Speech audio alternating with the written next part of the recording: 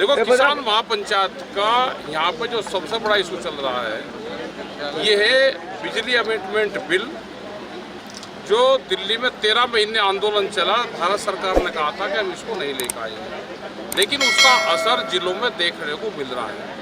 यहाँ पे भी स्मार्ट मीटर, क्या बड़ी कंपनियाँ जो बिजली के क्षेत्र में आएगी उन्हें पहली उनकी कंडीशन ये है कि मीटरिंग करा जाए, इसका विरोध है। और इसका यहाँ नहीं, उत्तर प्रदेश इनमें सब जगह उसका विरोध हो रहा है। और हम धन्यवाद देना चाहते हैं यहाँ के लोग कि उन्होंने बहुत संघर्ष इसके लिए किया और इसकी सीख दूसरी जगह भी जाएगी। कर्जा माफ़ी, कर्जा किसानों पे क्यों हो? आप हमें एमएसपी गारंटी कानून दे दो, स्वामीनाथन वाली कमेटी की रिपोर्ट दे दो, C2+50 वाला फार्मूला दे दो, हमें फसलों के अगर दाम मिल जाएंगे तो कर्जा घट जाएगा हमारा। ये कर्जा बढ़ाने के हमारी ज़मीन छीनना चाहते हैं। यहाँ के लोग रोजगार की तलाश में बाहर जा रहे हैं, ज़मीन छोड़ रहे हैं, कर्जा कर रहे हैं, तो इसके मतलब ज़मीन जाएगी। ये बड़े हमारे इशू है यहाँ पर, इसी के लिए हम यहाँ पर आए। यहाँ पे पानी का जो डैम के सवाल पे है, यहाँ पे बहुत से इस ज़िले में ब्लॉक हैं जो डार्क जोन में हैं, उनमें पानी नहीं है। तो नहरी पानी, सिंचाई के साधन यहाँ पर हो, ये हमारी डिमांड यहाँ पे है।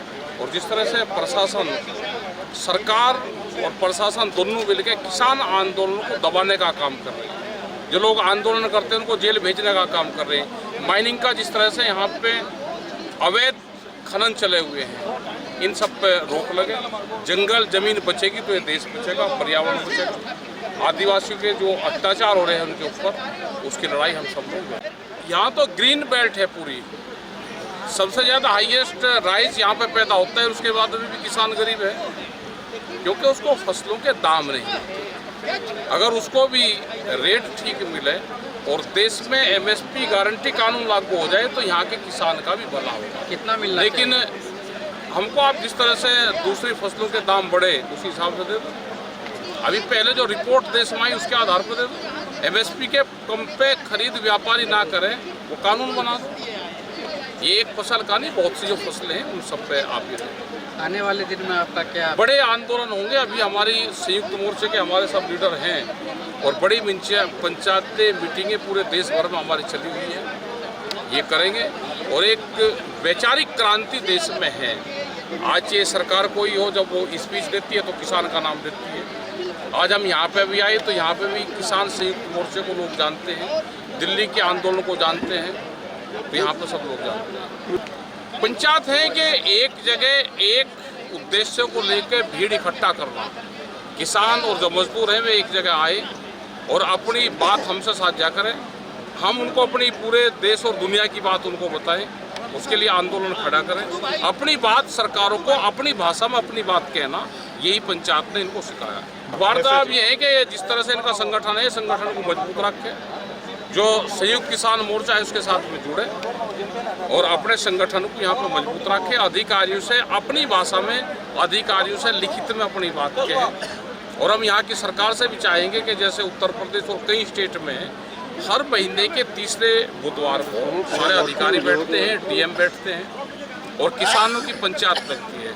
हर महीने के तीसरे बुधवार को ये देश में किसान दिवस के रूप में जाना जाए और हर जगह किसान अपनी बात कह सके।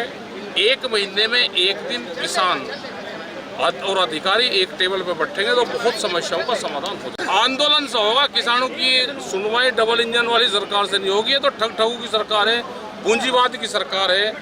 जैसे यूएसए में है, वहाँ पे बड़ी कंपनियाँ काम कर रही, जैसे ब्राज़ील में है, वहाँ पे 280 लोगों के पास में वहाँ की 80% ज़मीन है। जितना बड़ा उड़ीसा है इतनी ज़मीन वहाँ पर 10 आदमी के पास में होगी। तो ये ज़मीन छीनने का प्रोग्राम है।